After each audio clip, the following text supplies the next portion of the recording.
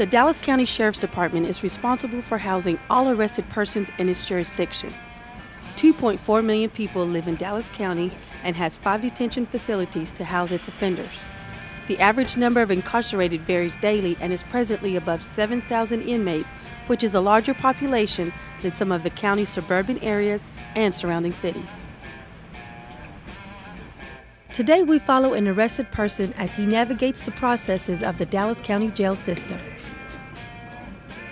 The first step is to begin booking, which identifies a person who has been charged with a crime. It is during this step he is officially entered into the system.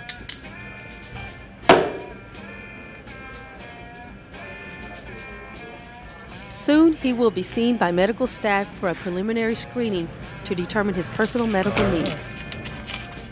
Better clean your hands. Go right here with this officer. He'll take you to the nurse. And right there on that corner.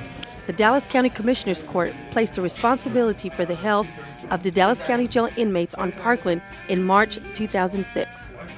State regulation requires TB screening, medical, dental, mental health, and pharmacy components for the care of the inmates. More than 100,000 people are screened for medical mental health conditions per year. After being medically screened, he will have his first opportunity to contact loved ones from a free phone installed in the waiting area. A detention officer, certified as a fingerprint technician, will now take his fingerprints and the ever-familiar mugshot. He will now wait in the waiting room while his information is being sent out and checked against all wanted persons in the nation. Typically, this is the longest waiting period in the booking process. The Sheriff's Department books an average of 8,200 inmates per month and serves an average of 4,000 warrants a month.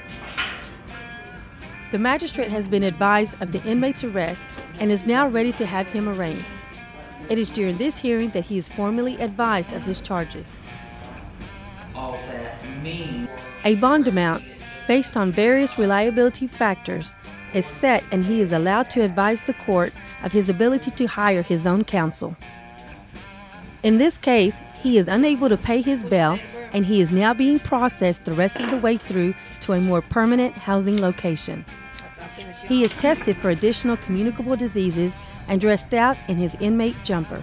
You pull all your clothes off. Classification determines the most suitable detention facility that the inmate will be assigned to based on various factors such as medical and mental health needs, criminal history, and tendency for violent or aggressive behavior. Usually, most inmates are taken directly to their assigned location. In this case, he has advised the medical staff that he is a diabetic and will therefore first be seen by a doctor to provide a more thorough exam and prescribe any medication he should be taking while in jail. Once the doctor has completed his assessment, the inmate continues to his assigned bunk.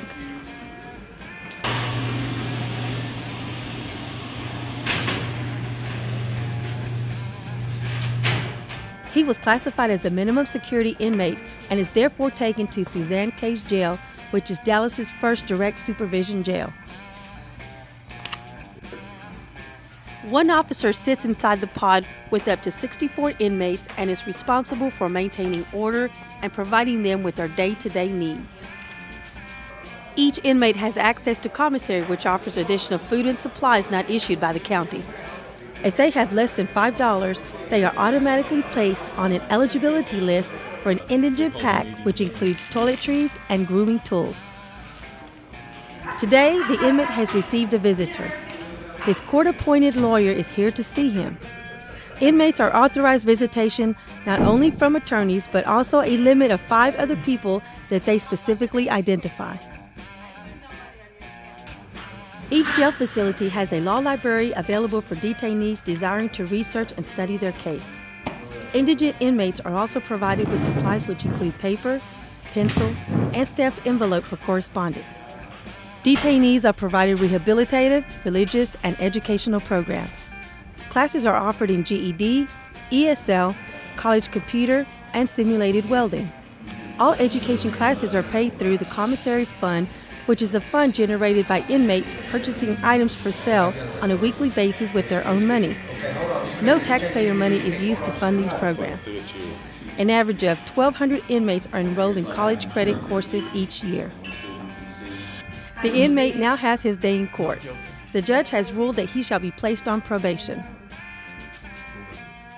The courts will advise the jail of his release from custody, and the book-out process begins.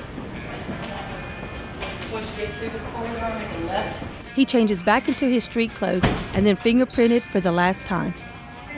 The reason for this is to ensure that the correct inmate is being released, and also to have his identification checked against a national database to confirm that no holds or warrants became active while he was in jail. Once all checks are clear, his property is returned to him and he is escorted outside the jail. The Dallas County Sheriff's Department is committed to ensuring the proper care of inmates.